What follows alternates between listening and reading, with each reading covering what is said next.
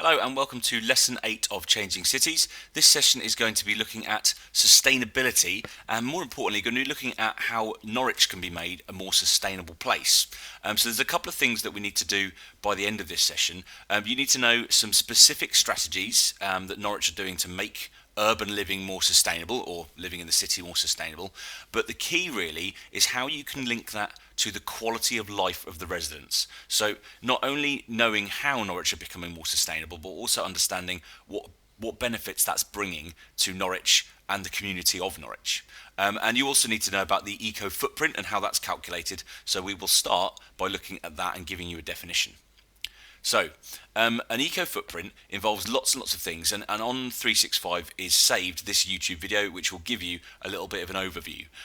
But to give you a definition, is on the screen now. So, an ecological footprint is the amount of land a personal place needs to provide them with all the energy, water, food, materials, and waste processing they need. So, effectively, if you take one person, the amount of space needed to grow the food that they would eat in a year, the amount of space to collect enough water they would drink for a year, and all the waste, disposal sort of things they need for a year, that is someone's ecological footprint.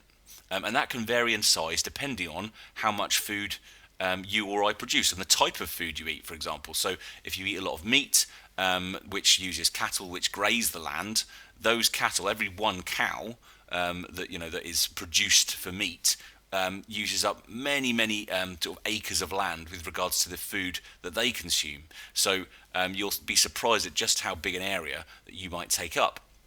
And actually what I'd encourage you to do is click on that footprintcalculator.org or just type it in and follow it through, and won't be able to answer all the questions because some of them involve like how much you travel or what car you drive, that sort of thing. But if you want to know about your eco footprint and what it is, then click on that link and you can do, and you might surprise yourself a little bit. So you need to make sure you've got a definition. The example would love a definition. So eco footprint or ecological footprint would be one of those definitions. And it has appeared in a question in the past where it asked you what the definition for an ecological footprint was. Okay, so make sure you've got that down and then we'll move on to the next part. So we're going to be moving on to Norwich and sustainability now, and we're going to look at what makes places sustainable in general before we then focus on the specific Norwich-based aspects. So on the following slides, I've got something which is to do with sustainability. And that thing might make Norwich seem, or wherever it applies to, either sustainable or unsustainable. So that's the first thing you're going to need to work out. Look at the thing that's shown and tell me whether it makes a place sustainable or unsustainable. And I'll do one for you so you know what I mean. After you've decided whether it makes it a place sustainable or unsustainable, you then hopefully need to comment on, and I do mean, you if you're at home doing this, you might need to write this down as a little subheading and then say, firstly, makes a place sustainable or unsustainable. Then underneath, just jot down in a sentence, how could that thing impact on people's quality of life? Now, quality of life is a concept we focus more attention on in the development topic, and it's right at the start. I think it might be lesson 1 of development. So if you want a quick recap of that, then please feel free, or if you haven't done development yet, you will. And there's crossover between these two topics quite a lot of the time.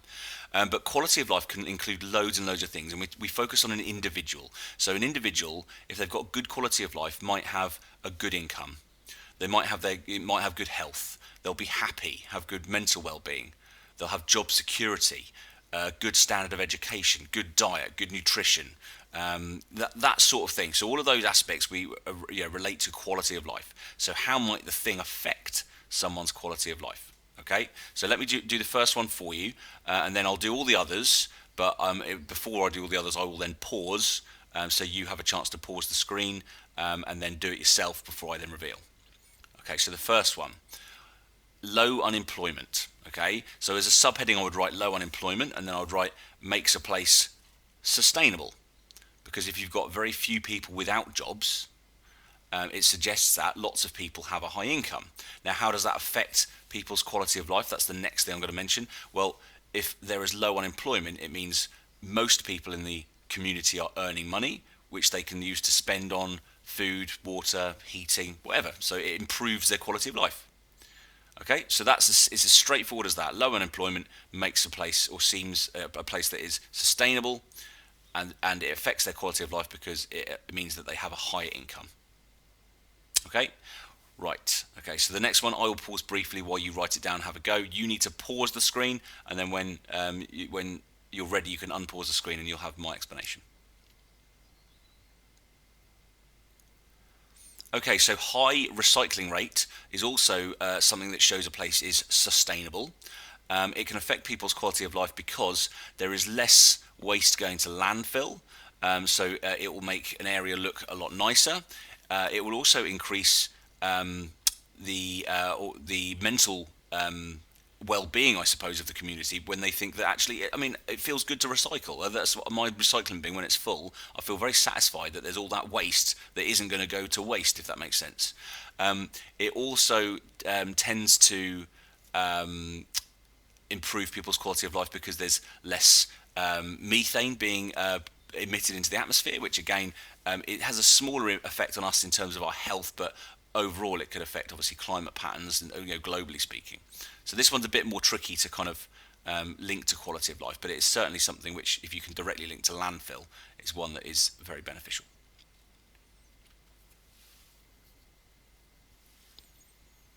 Okay, importing food from abroad is something which is fairly unsustainable, and the reason being, you are shipping goods across the world, so therefore it's providing food that's out of season and things like that means that you have to spend all the money on fuel to import it, and that adds a huge eco footprint kind of aspect to the food that's being eaten.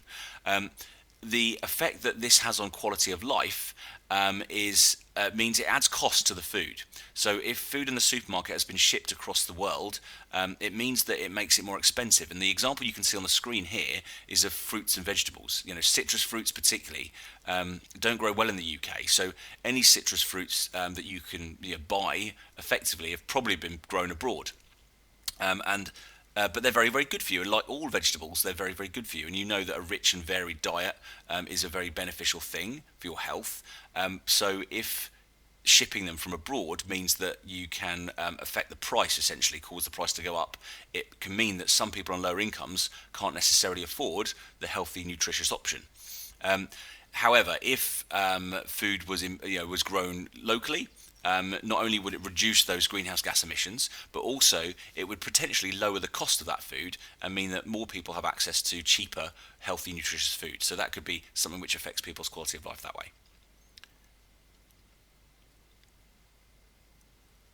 Okay, hopefully this is a fairly straightforward one. Cycle lanes and public use bicycles, this show a place that is sustainable, and again it links people's quality of life because it improves massively the level of air pollution in a city or a town. It can improve people's health directly by them using it. It's exercise, which otherwise they would normally get a bus or not maybe, or go in their own personal cars. So and it also improves the safety of a city because you're less likely to die if you get hit by a bicycle, whereas if you get hit by a bus, you ain't coming up from that very easily.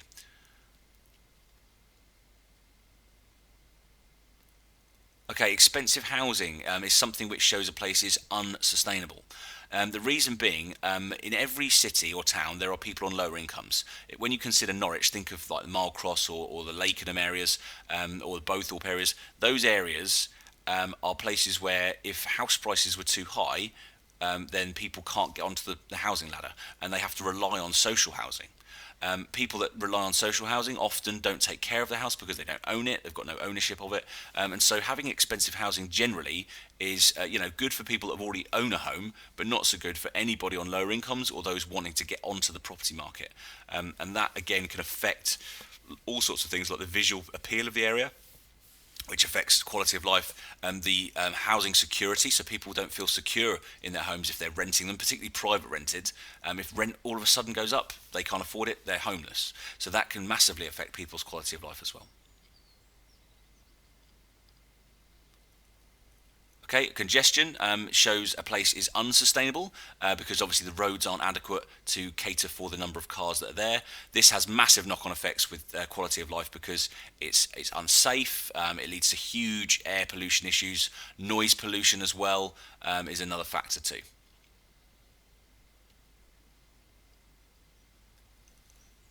High education standards. This shows a place is sustainable, and that is largely because it provides people with the ability to access all jobs.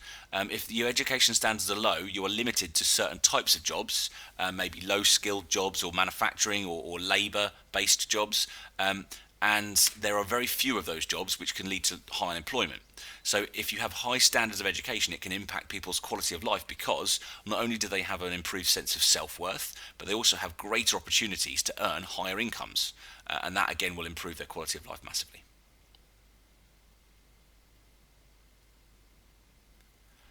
Unhealthy diets is obviously something that's very unsustainable. The direct link to health here is very, very obvious. If you have lack of access to available food, or good quality food or nutritious food, and actually places like, well, the dreaded KFC, but other fast food chains, and other fast food things like just your local kebab shop, you're kidding yourself if you think just having a bit of salad on the side of your doner meat is any good for you particularly. So access to nutritious food, but at cheap enough cost, is something that's really important. So if you've got unhealthy diets in your community for whatever reason, largely it's to do with deprivation and financial issues, then you are going to have a lack of health. Okay, long term it will affect your health and your quality of life in that way. When you consider areas like Milecross, it's not as if they are inundated with high class, falafel stalls and things like that, where they can go and buy organic veg, for example. Whereas there is always, pretty much in every corner, a Chinese or a Chippy or a KFC or a Domino's or something like that. So its access is there very quickly for them. They can walk to those places.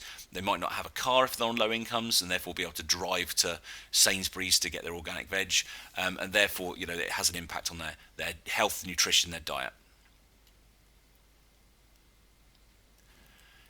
Inefficient homes is something which you associate with unsustainable housing, or sorry, unsustainable cities and towns. So again, inefficient homes which have lots of issues with regards to maintaining heat and providing cheap electricity, because obviously you're spending more with a house that's losing more heat, for example, can affect people's quality of life directly, because if you're on lower income, you won't be able to afford to heat a very inefficient house. Okay, so brownfield developments is something you need to be aware of as well, specifically this idea of brownfield developments and greenfield, but building on land that has been built on previously. And this one you can see on the screen is actually Riverside in Norwich. So here's Carrow Road in the bottom right, and then this area here, which has all been cleared, is now full of cinemas and housing, high class flats. This part of Norwich, just this side of the stadium, is now absolutely chock-a-block full of houses, and so the top ones of which go for massive amounts of money, because they're in a really nice area, they're really plush, they're modern, they look really good. So brownfield developments tend to show a place that is sustainable, and that's because they're reusing old land. So they're doing something where, rather than building and the city just sprawling outwards, they're providing housing and other facilities and jobs, more importantly, in an area where there was no jobs, there was no housing, and it wasn't very nice. People didn't go there, and there was lots of petty crime and fly tipping, all that sort of stuff. So there's a number of reasons why this is sustainable. And again, how it affects people's quality of life. Well, it provides people with an opportunity, greater opportunities for jobs, greater opportunities for housing, because although some of the houses and the flats were quite expensive, many of them, one-bedroom flat is something that is affordable. Two-bedroom flat, something that's affordable for people on lower incomes. So it does provide some form of affordable housing, and it means that people don't necessarily have to buy cars. If they're on lower incomes, they can walk to work, because this is right near the city centre. And there you go. There's Riverside post-development.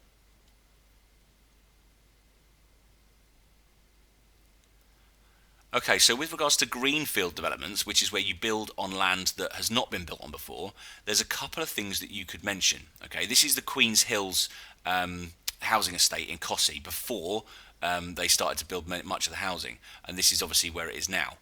Now, don't be fooled by the fact that it looks like it's all brown. Those are still trees. It's just at a different time of year. So it is surrounded by quite a lot of green space, and you can see it's been expanded since then. Okay, there's housing over here and here and here now.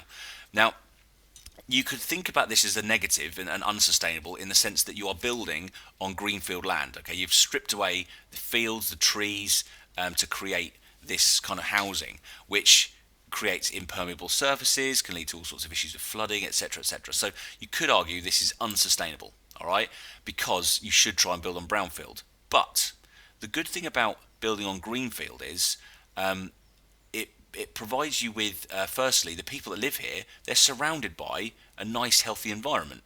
The thing about the Riverside development on the previous slide, which is a brownfield development, it's all great, but you're surrounded by cars and lorries and not very nice air pollution. So the impact on quality of life by living here is much improved in terms of the air quality, because this is surrounded by trees and grass and natural areas. So that's one thing that can affect quality of life that way.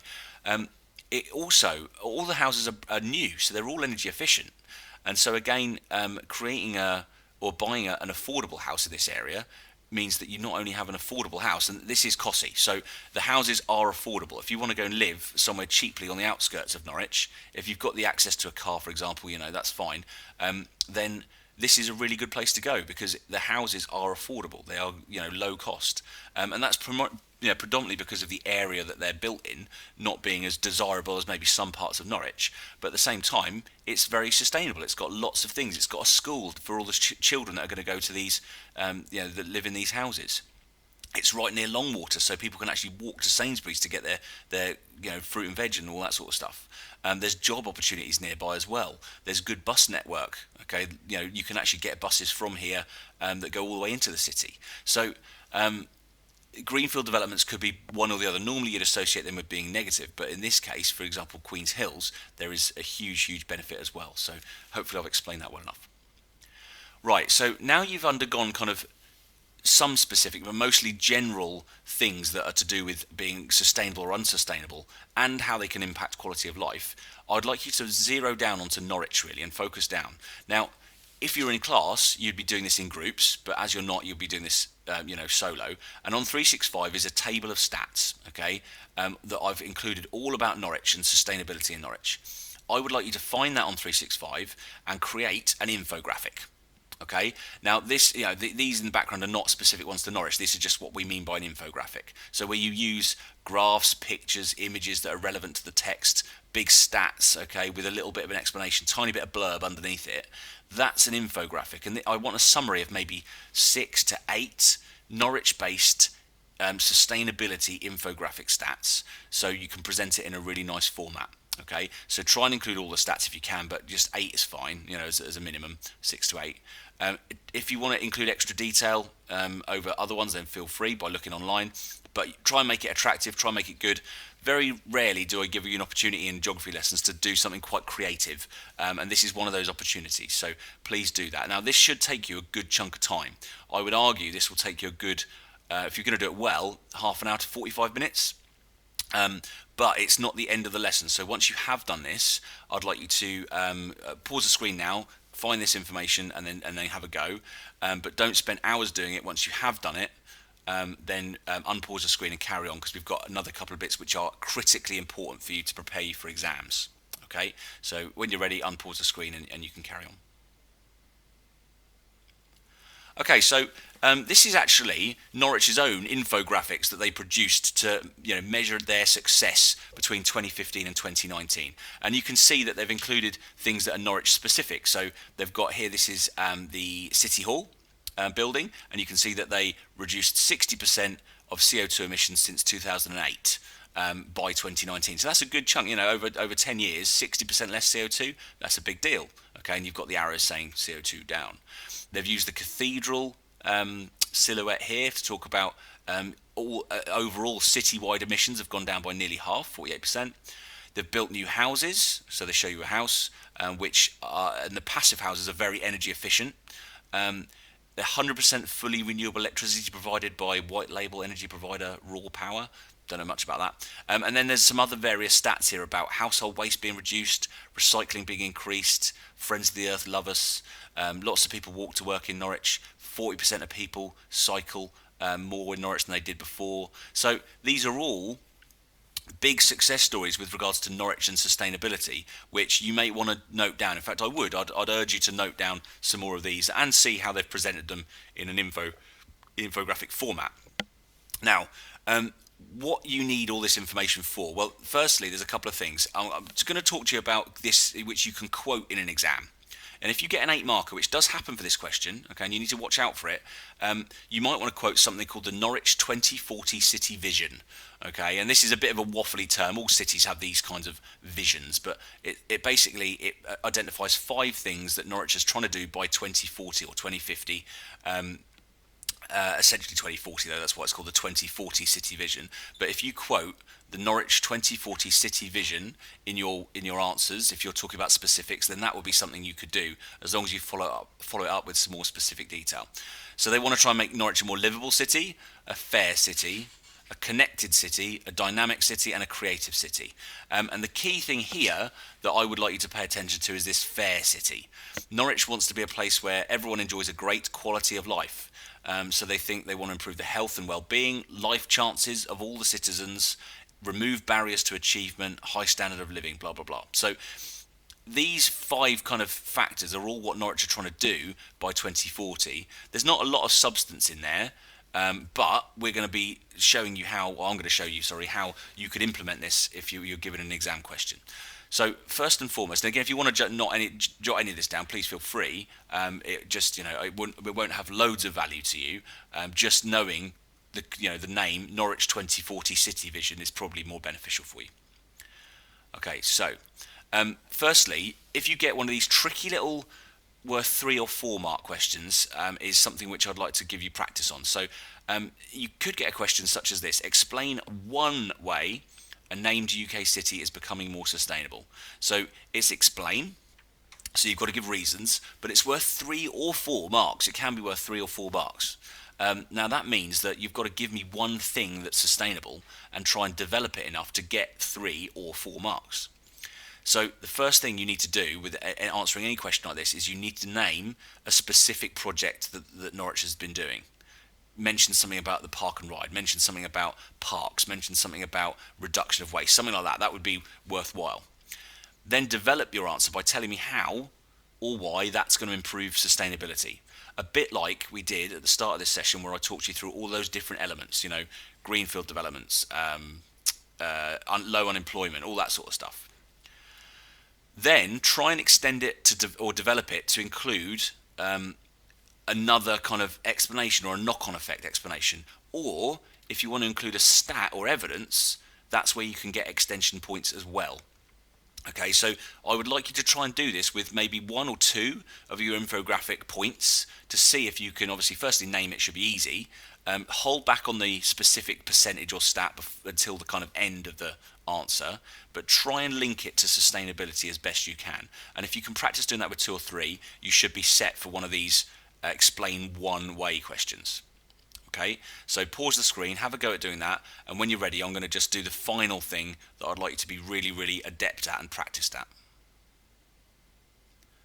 Okay, so this is the 8 marker alert section. What I would like you to do now is consider the whole learning objective that we covered this session. Sustainability is really important, and knowing sustainable strategies for Norwich is important too, but applying it to an 8 marker is where you're really going to start to get the marks. And that's where the only way you can apply it as an 8 marker is if you link sustainability to people's quality of life. And again, I briefly did this, or you briefly did this, with those little general elements at the start of this session where, I talked you through those little categories. So I'd like you to consider now Norwich specific strategies and how they could help improve quality of life for people.